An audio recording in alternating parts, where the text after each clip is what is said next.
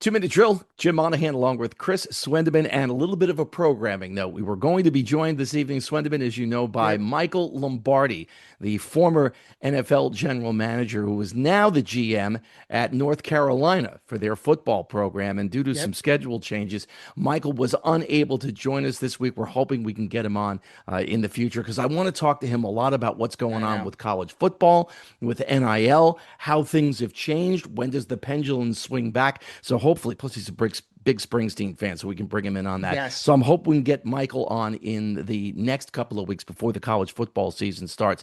But we do have something special that we're going to do Yep. in just a few minutes. I had a conversation with Lindsay Berra. And if that name sounds familiar, Mhm. well, Berra, she is the granddaughter of Yogi Berra. And there's something really special coming up on September 21st at Montclair State University. And we'll tell you about that a little bit later when we play the interview Yep. with Lindsay Berra. But in the meantime, ladies and gentlemen, I know the Yankees won today. Seems like it's been first time in forever. We have the one and, well, not only because there's a lot of them, the Cranky Yankee Fan. Mr. Swendeman, the floor is yours. Yes, party of me tonight. That's me, Mr. Cranky Yankee Curmudgeon Fan. They won today, as you mentioned, and I'll say this. It's gotten to the point, Jim, where even when they win, it doesn't feel good. It just feels like, all right, well, they got past this one. Let's see how they do tomorrow. Let's see how they do the next series. It's so bad. It's infuriating to watch right now. I'm infuriated as a fan, as a co-host of a podcast that we talk sports. Every which way I could be annoyed at this team, I am. From the errors that little league teams don't make to Boone every press conference looking like Kevin Bacon in National Lampoon's Animal House. Remain calm. There is nothing wrong. There's nothing to see here. Remain calm. Everything is fine. That's Aaron Boone. And you know what? I'm sick of it because there's no, you know, there's nobody that is being like pulled out on the carpet, basically. There's no culpability. There's no any, like, it just, you can't even find words for it at this point because it's just, what's the definition of insanity, Jim?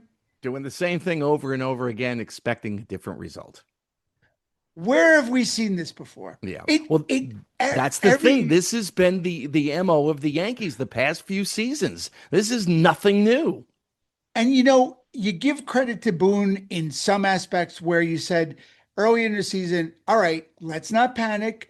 And he takes it on him. He wants to be that player's coach. But at some point, hold somebody accountable for this. Well, we I don't know mean, that he isn't behind the scenes, Chris. I understand it. I, If fans are all worked up because Boone's press conferences sound like, Crash Davis right. working with Nuke Yep. Lelouch on his cliches. They're boring. He doesn't really give you anything. And, once in a while, he'll pound his fist on the table and say something. But as a general rule, he's really reserved. And I understand it. We don't know what he's doing behind the scenes. He's probably ripping into somebody, but he won't show his players up. And you gotta think the players respect that at the very least. And if it were me, I think I'd want to play harder. It might not be working that way, though. No. And the more, I think it angers me more because you have, for the past several years now, one of the top three players in the game, number 99, your captain, and you're wasting his prime years, wasting them. Yes, they got to the World Series last year and they got laughed out of the building by the Dodgers. Literally, when the Dodgers won the World Series, they were laughing at the Yankees, at what a marginal team they were compared to the Dodgers. You you're getting your lunch eaten by every good team. Toronto's, every team they faced over 500 has smacked them around. And some teams like the Marlins that aren't even near a 500 team. That's a quadruple A ball club you're looking at, and you got swept. How low is low until somebody goes, all right, enough? Because it's clearly not Boone, and not much further behind him is Cashman.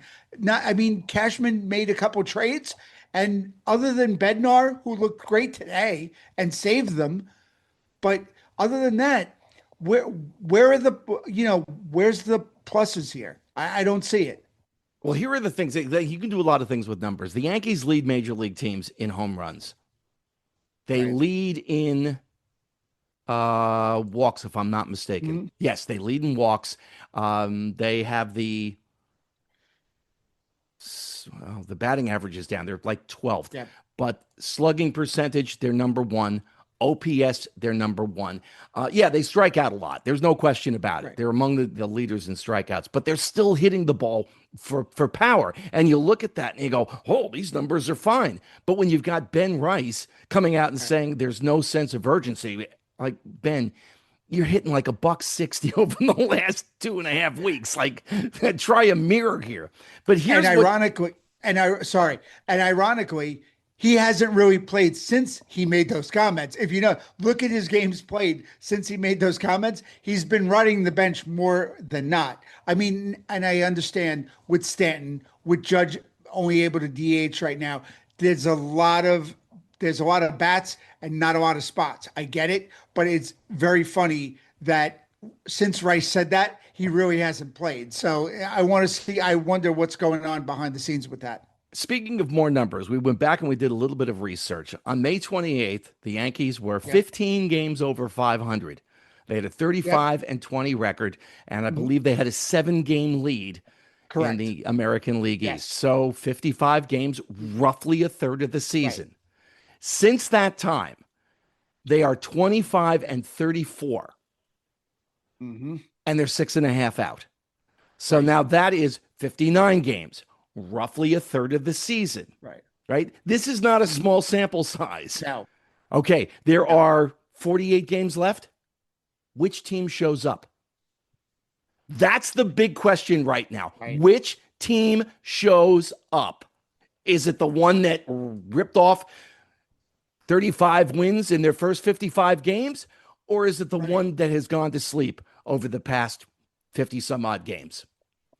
I just don't see the light at the end of the tunnel on this one, because if you saw improvement, I feel like every day we see more chinks in the armor than we do improvement. And well, you can rest your hat on this for the next series. They lose every win. They find a way to, when good teams find a way to win, this team has found ways to lose. And the errors, Devin Williams blowing saves left and right. Could we agree at this point? Maybe he shouldn't be closing games. Yeah, probably. Just maybe. That's probably a good idea. You went and got 3 really, well, 2 now, I guess, relievers, because one already got sent to the minors. So, I was talking to you about that the other day. I was like, that was the quickest turnaround from trade. Hey, look at this guy we got to. All right, you're being sent to the minors. At least they did something, though. That's true. Look at what they've done with their shortstop. People are starting to wonder if Anthony's middle name is Steinbrenner. And I know he's come out of it the last week or so. Right. He's starting to show this, but we've seen this before where Anthony has a good, week and a half, 2 weeks, and then it's a month of Anthony, what are you doing? It's been, and his fielding errors, and you just look at this team and there's just not much that's redeeming right now. Judge, they get Judge back, great, but is Judge 100%? No. Stanton has been a bright spot because Stanton has been hitting more than just home runs. I think he's batting give or take around 260. So that's a plus. Bellinger has been good. Goldschmidt, when he plays, he's better than what I think most Yankee fans thought they were going to get. Yeah, definitely. But other than that, they traded for Austin Slater. Slater's already on the IL.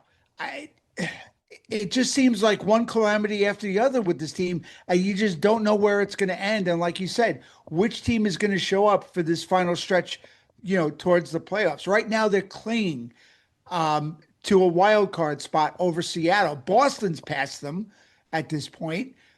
Toronto, forget about it. I think they scored 40. Toronto scored 45 runs in Colorado in a three-game series. Well, it's Colorado. I mean, come Yeah, on. They scored but 20 something but that today. goes but that goes back to my theory that good teams find a way to win, and good teams, they take advantage of opportunities like that. They're in Colorado and they just mashed the Yankees. It just they don't seem to seize any opportunity lately. All right, you feeling better now?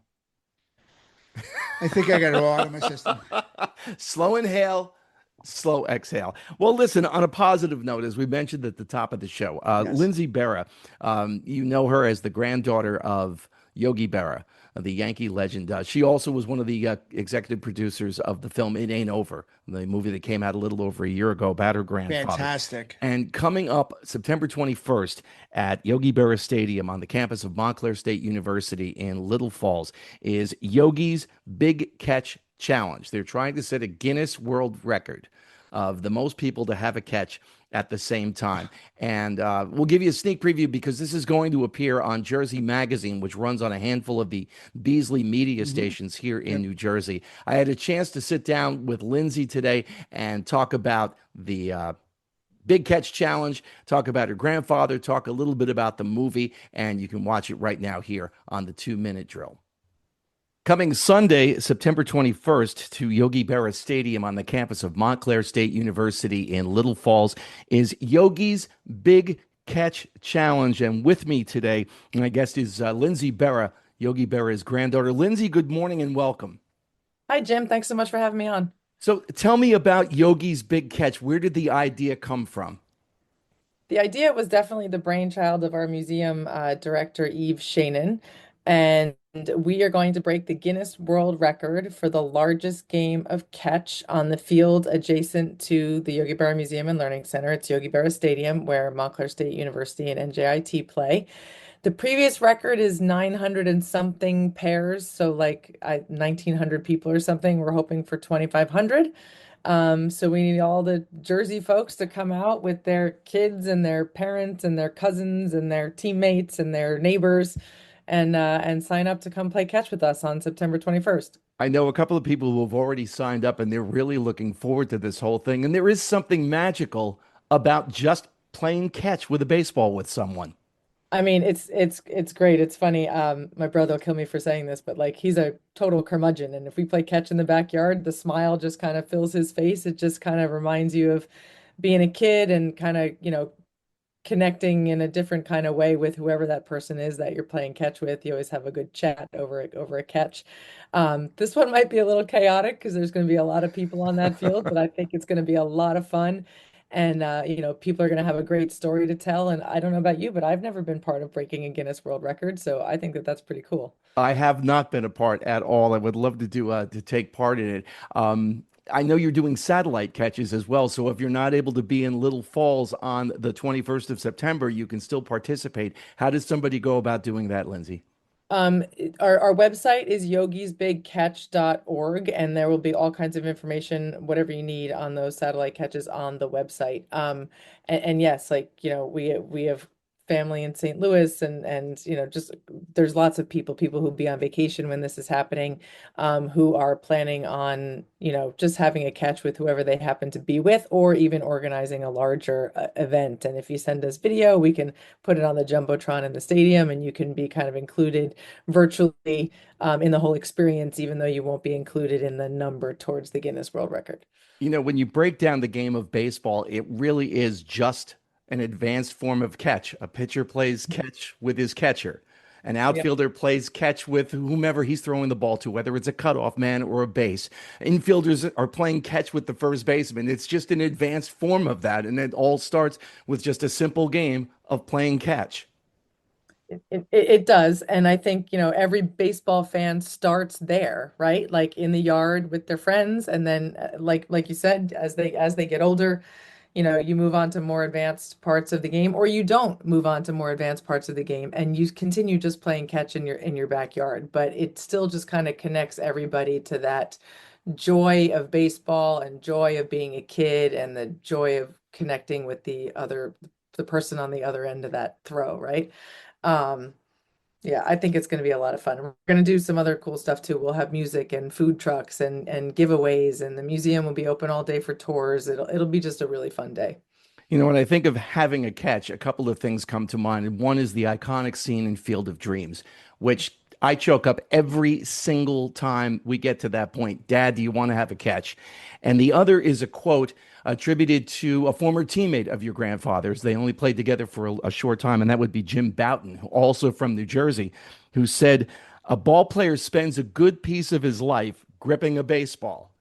And in the end, it turns out it was the other way around the whole time." And boy, does that ring true. I just got goosebumps. I know I had that written on my bulletin board for a while. But I totally just got goosebumps when you read it. It does. Baseball has a piece of our hearts in a way that I don't think other sports do. And, I do think it has something to do with just like the pace of the game and how engrossed you get into watching ball games and playing ball games at every level from Sandlot to the big leagues. And I think it transcends differences. You can talk to people from different areas of the country with different political views and different ideologies, and they can really bond over their love for baseball. And that's really what we're hoping this is going to accomplish. We have a family that lives across the street from us. They have two young boys. I think they're 9 and 11 or 10 and 12. And a few weeks ago, my younger daughter said to me, "That family makes me so happy." And I said, "Why? Why do you say that?" And she said, "Because I always see the dad playing catch with one of his sons." And for her, it brings back memories of me playing catch with her and her sister and her brother as well. And just, again, coming full circle, just like you were talking about. Yeah, that's great. Can you go across the street and tell your neighbors to come to the museum on September I 21st? will, as a matter of fact. And your daughter, get your daughter out as well. Yeah, she was actually pretty good. One of my daughters played 4 years of high school softball. My son played varsity baseball at high school. My younger daughter decided to give up softball. I've never forgiven her for that. That's No, okay. I I'm do just want to kidding. make one point though before we go. You don't have to be good to come play catch with us on September 1st. You're going to be 9 feet apart for 5 minutes. We don't care if you drop the ball. You just have to make an effort to keep moving and playing catch for those five. It's just 5 minutes. So we don't care if you're good. We don't care if you're terrible. We want everybody. Yeah, in fact, you note on the website it's okay to drop the It's ball, okay. It's quite all right to drop the ball. which the Yankees have been doing a lot Uh, lately. But um, I you don't know said if we it, want to get right? into that or not. That's been rough to watch. It really has for Yankee fans You lately. know, like you said, you break it down. It's you throw the ball, you catch the ball. It's a simple game. No need to overcomplicate. Exactly. It's that line from Bull Durham. This is a simple game. You throw the ball, you hit the ball, you catch the ball. You got it. And of course, the manager storms out after that. I mentioned the Jim Bouton quote. And of course, your grandfather had some legendary quotes, one of which was, of course, "It ain't over till it's over." And you had the documentary that came out about a year ago or so, maybe a little more than that. And it's still available, I believe, on YouTube, Apple, and Prime TV for people who want to check it out. And if you haven't yet, we think we know the story of your grandfather. We know about the championship rings, we know about the Yankees and the Mets and all that. But when you get down to it, we really just touch the surface of what your grandfather was all about. And I thought you did such a marvelous job with that film, Lindsay. Thank you so much. I still can't believe I had anything to do with making a movie that people actually watch. So thank you for watching it. I'm glad you liked it. And yeah, I think it's a great representation of who my grandfather was as a human being. You don't have to be a baseball fan to watch and enjoy that film. It's about the 65-year love story between him and my Grammy Carmen. It's an immigrant story. He was a first generation Italian immigrant. It's a veteran story. My grandfather had a pro baseball contract in his hand and volunteered to serve in the Navy during World War II and ended up as a machine gunner off of Omaha Beach during the D-Day invasion. It's a family story about my and uncles and all my cousins and siblings and how grandpa was a role model and like the head of our family. It's just a really heartwarming story about a guy who was as good as they came on the baseball field, but an even better human being. So check it out if you have time. And and as good as we think he was even better on the field. Never mind, I know you're talking about what a great person that he was, and you know him, of course, as a grandfather, Yeah. which we never did. But the baseball end of it alone, we Yeah. think we know the story. Some We of the stats don't. will some of the stats will really blow your mind. I think that there is a bit of a recency bias when it comes to my grandpa Yogi, and when you talk about the best catchers, Johnny Bench is who people always point to, and Johnny Bench was fantastic. But some of the numbers that we talk about in the documentary, you'll be like, holy moly, like Yogi, that's amazing. That no, there, he still has records that will never be broken. And just some of the numbers that he was able to put up, offensive numbers while catching 120, 130 games a year, were really just tremendous. And the amount that he was able to win, is just how important he was to those, really successful Yankees teams in the 50s and the 60s. It just was the beginning of the 60s anyway. It was really incredible. And it's eye-opening when you put the numbers down on piece of paper and, put them up on the screen and people actually see what he was able to accomplish. One of the other quotes, and we had you on when the film came out, but one of the other quotes, it's one of my favorites of your grandfather's is, and it sounds crazy at first until you sit down and think about it, you can observe a lot by watching. You can. The sense of it goes, yeah, okay. But when you think about it, Lindsay, like, okay, we're looking at something, but are you really learning from it? Are you really observing it? Are you absorbing what's actually happening? And you can do a lot of that by watching, by paying attention. Yeah. That it is so many of what my grandfather's yogiisms sound a little kooky on the surface, and then you boil them down and they can really change your perspective and make you see the world in a different way. You know, he had a really interesting way of seeing the world. Things were, very black and white and straight to the point, and he just sort of he was able to see all the trees in the forest and the forest for all the trees, right? He was really great. If you had a problem and you went to him for advice, he would cut to the chase right away, and you'd be like, "Oh my God, he was right. He's totally right. That's not the easy thing to do, but it's what I have to do." He had a really great way of putting things into words. And if you come to the catch on September 21st, you can drive by the actual fork in the road. You can put you can put Yogi Berra's fork in the road into your GPS on your phone, and it will come up. It's Edgewood Road that goes up to Highland Avenue in Montclair, and you see the actual fork. And when you look at it, how both sides go up to Highland Avenue, and you can take the fork either way to my grandfather's house, you'll know exactly what he's talking about. So that one makes a lot of sense too when you see it in person. And if you're not familiar with that quote, it's when you come to a fork in the We're road, gonna take it. take it. And even if it doesn't relate to where they lived, when you Nope. think about it, you come to a fork in the road, you have to make a decision. Yes. So whether you go to the left or go to the right, whatever it is, make the decision. Yes. And we use it kind of in my family. I use it as like a euphemism for like get off your butt if you're dilly-dallying or procrastinating. Lindsay, take the fork, right? It doesn't matter what you decide to do, just do something and do it with authority, right? Well, again, it is Yogi's Big Catch Challenge. It is Sunday, September 21st. I'm all ready. I have my glove. I've got the Awesome. ball. I'm ready to go. Yogi Berra Stadium on the campus of Montclair State University in Little Falls. And give us the website address once again. It's yogisbigcatch.org. Or if you happen to forget that, just go to the museum website and there's a big pop-up right on the homepage. And the website address is for the museum is yogiberramuseum.org. Lindsay Berra, thank you so much for your time. I hope this is a wild success for you. Thank you so much. Thank you.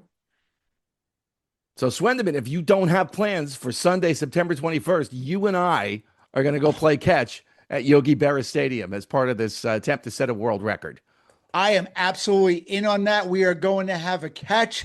I'm going to, try not to well up thinking about Field of Dreams, and we are going to have some fun out there. I am looking forward to that. I wouldn't miss that for anything. As I mentioned in the interview that I had with Lindsay Berra, Jim Bouton's quote, a ball player spends a good piece of his life gripping a baseball, and in the end, it turns out that it was the other way around all the time. So my thanks to Lindsay for filling in for Michael Lombardi, and hopefully we get Michael on in the next couple of weeks. Next week, we have Paul Rappaport. Paul, for years, worked for Columbia Records. He promoted so many big artists, so many huge albums from Billy Joel to Bruce Springsteen, you name it. He even got on stage with Pink Floyd. That story alone is worth the price of admission. So we'll have Paul on next week to talk about all of that. You know the drill by now. Like, subscribe. If you like what we do, tell a friend. You don't like what we do, tell an enemy. Just please, we're begging you. Tell somebody. All right, Swendeman, we'll talk next week. All right, you got it, Jim. Have a great one.